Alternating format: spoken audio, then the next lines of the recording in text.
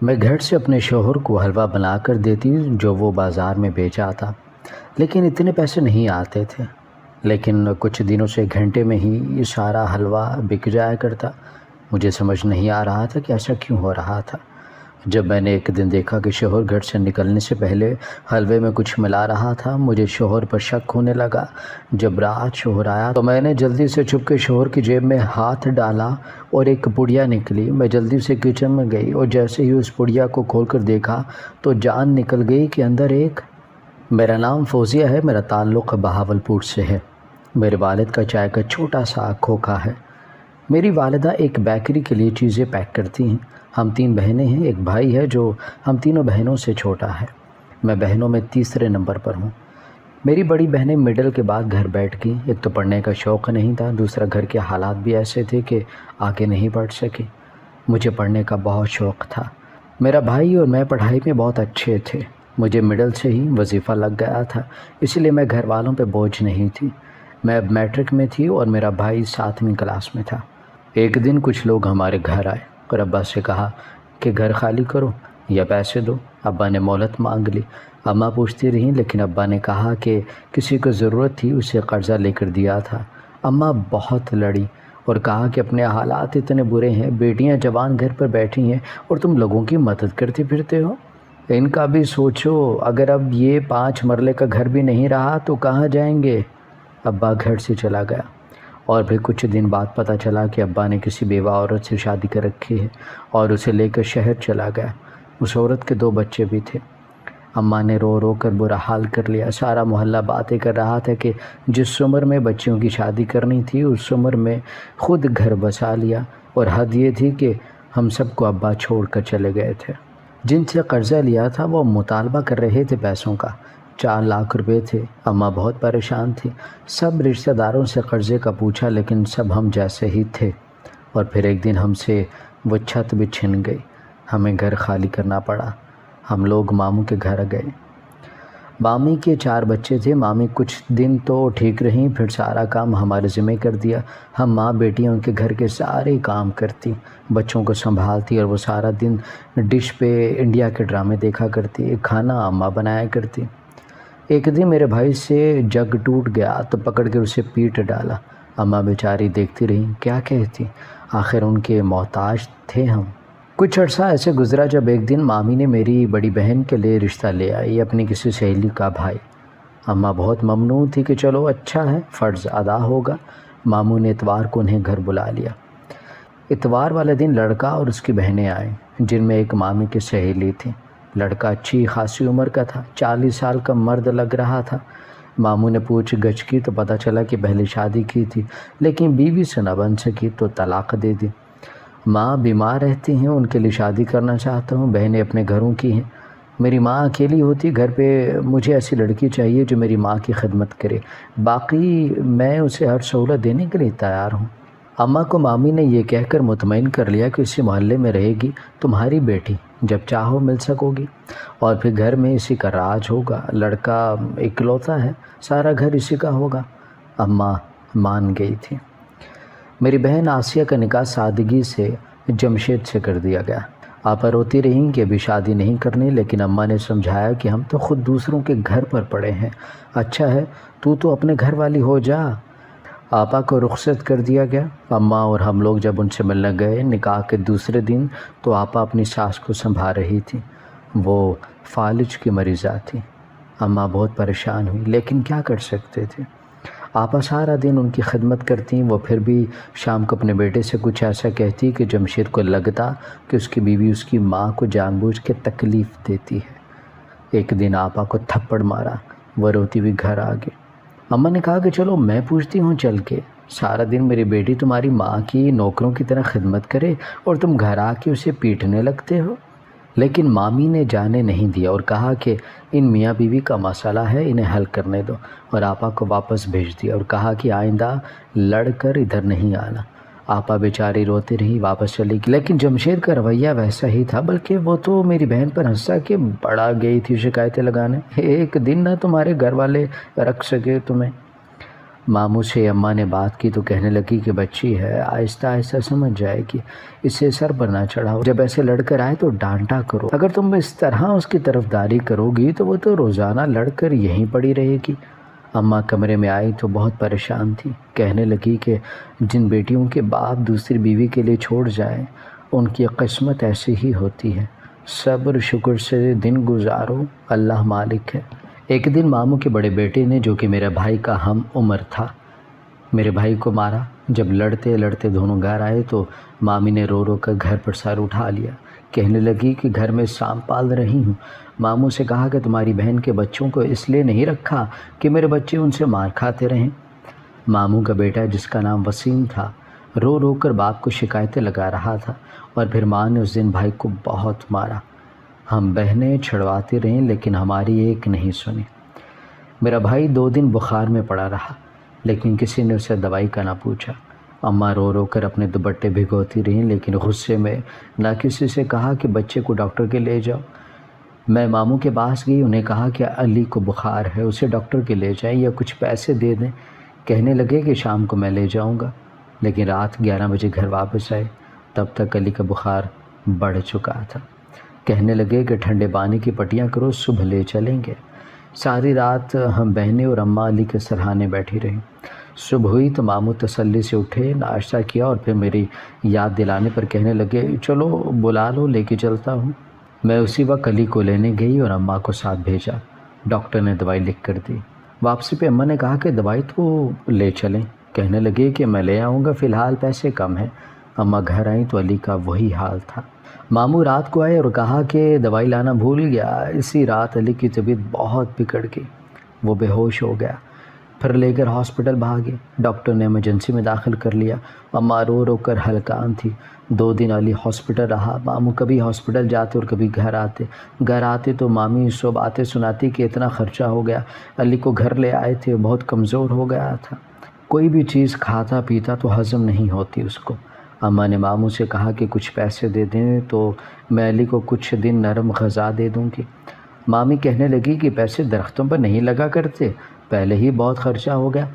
ماموں بیوی کے سامنے خاموشی رہے۔ ایک رات ہمارے کمرے میں آئے، علی کے لیے جوس اور کچھ چیزیں تھیں۔ ہم لوگ بہت خوش ہوئے۔ اماں کی آنکھیں بھیگ گئیں، وہ جانتی تھی کہ بھائی بیوی کی وجہ سے مجبور ہے۔ اب اکثر ایسے ہوتا، ماموں رات کو کچھ نہ کچھ علی کے لیے لے آتے اور چپکے سے ہمارے کمرے میں دے جاتے۔ علی پہلے سے بہتر تھا، اچھی غذا ملی تو طبیعت بہتر ہونے لگی۔ ایک دن اماں نے ماموں سے کہا کہ انہیں کہیں پر کام لگوا دیں، وہ کام کرنا چاہتی ہیں۔ علی کی بیمار ہونے کے بعد انہیں احساس ہو گیا تھا کہ کچھ نہ کچھ کرنا چاہیے۔ ماموں کہنے لگے کہ لوگ کیا کہیں گے کہ بہن کو کھلا نہیں سکا، لیکن اماں نے اصرار کیا انہیں کام کرنا ہے، سارا دن گھر پر پڑی رہتی ہیں، اسی طرح تو بیمار ہو جائیں گے، انہیں کام کی عادت ہے۔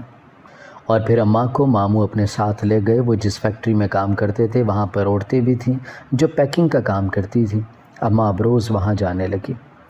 اس دن اماں جب گھر آئیں تو حیران رہ گئیں، کیونکہ سامنے کھڑا انسان وہی تھا جو انہیں مصیبت میں ڈال گیا تھا، جس کی وجہ سے ہم سب دربدر ہوئے۔ ابا واپس آ گئے تھے، ان کی نئی بیوی انہیں دھوکہ دے کر کسی اور کے ساتھ بھاگ گئی تھی۔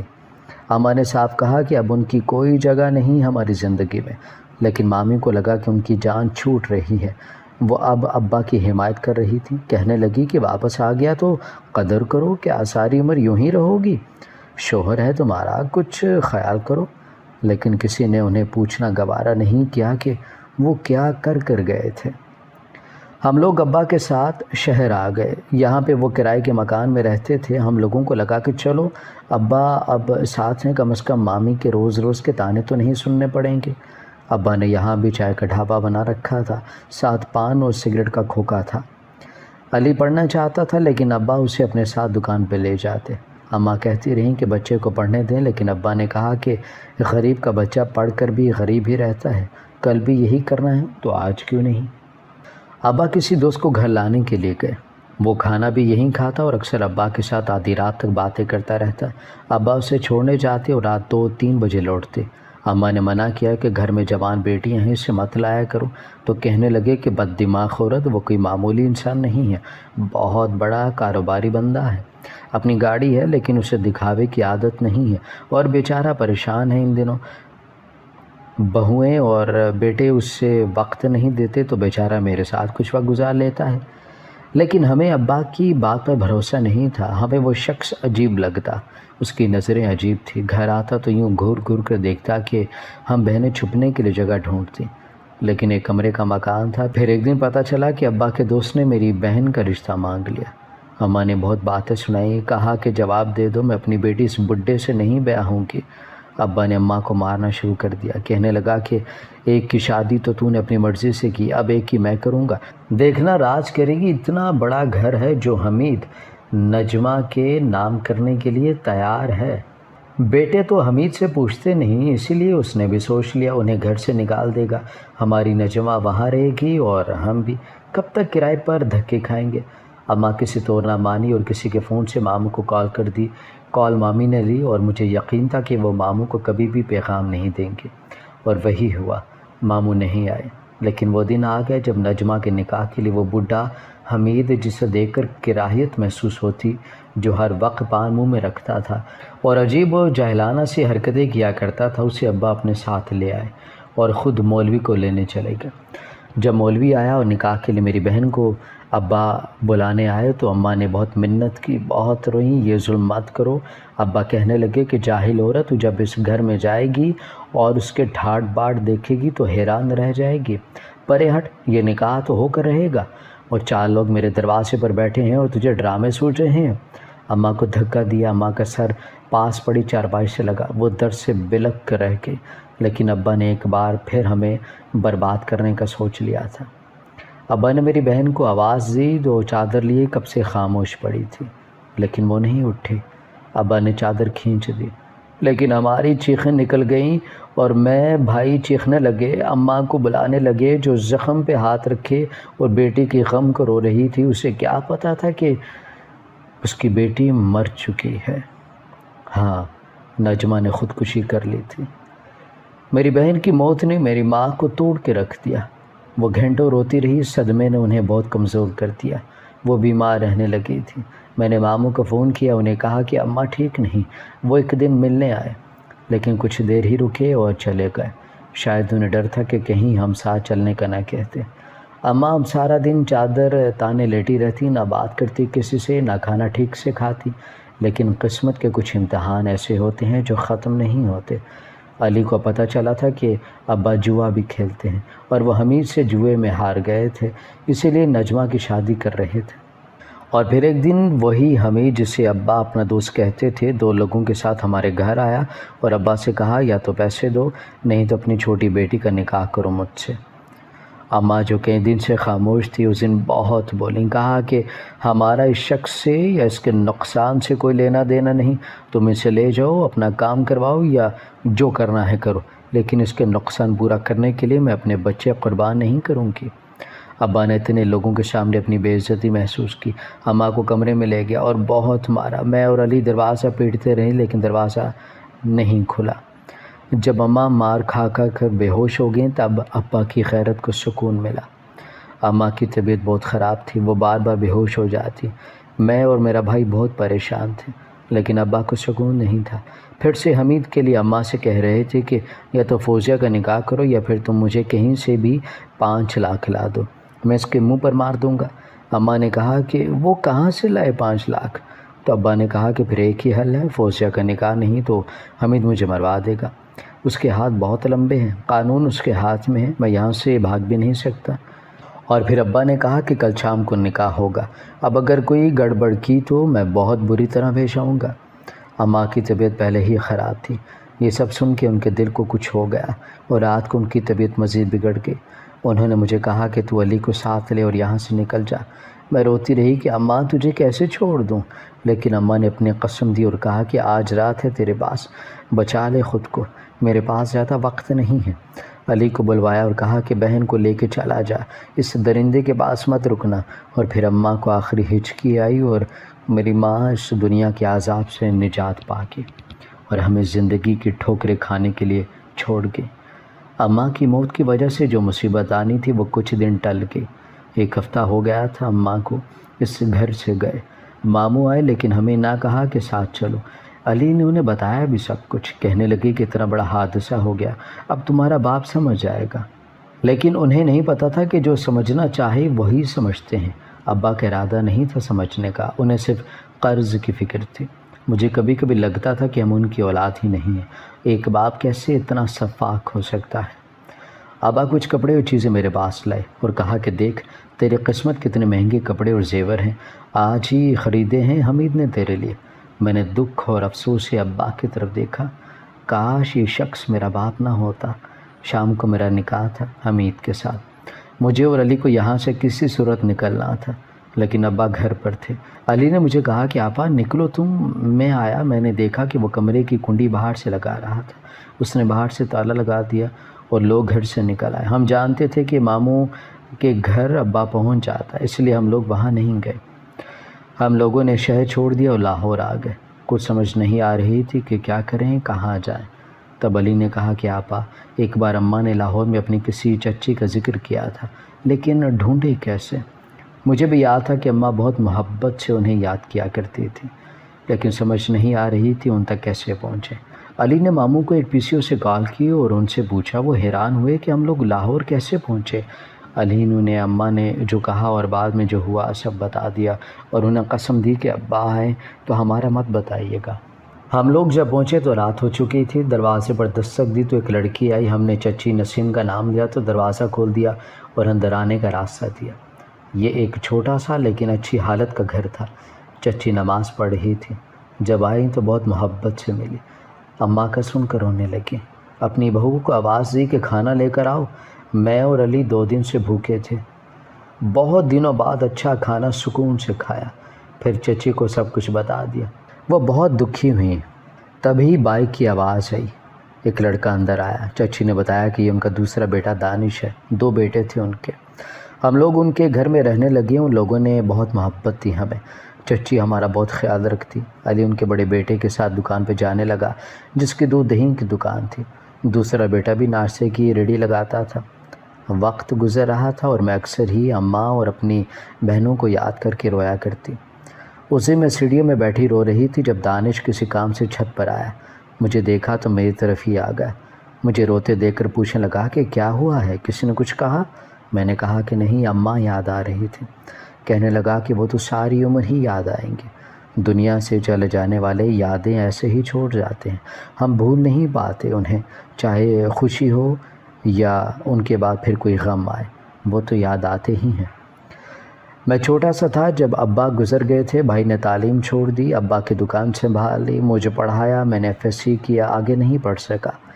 پولیس میں جانا چاہتا تھا لیکن سلیکشن نہیں ہوئی اور سفارش کوئی تھی نہیں، اور ناشتے کی ریڈی لگاتا ہوں اور اماں اور بھابھی بنا دیتی ہیں، میں بیچ آتا ہوں۔ ہر انسان اپنی جگہ ایک آزمائش میں ہے۔ ہم سمجھتے ہیں کہ ہم ہی پریشان ہیں، مسئلے صرف ہمارے ہی ہیں۔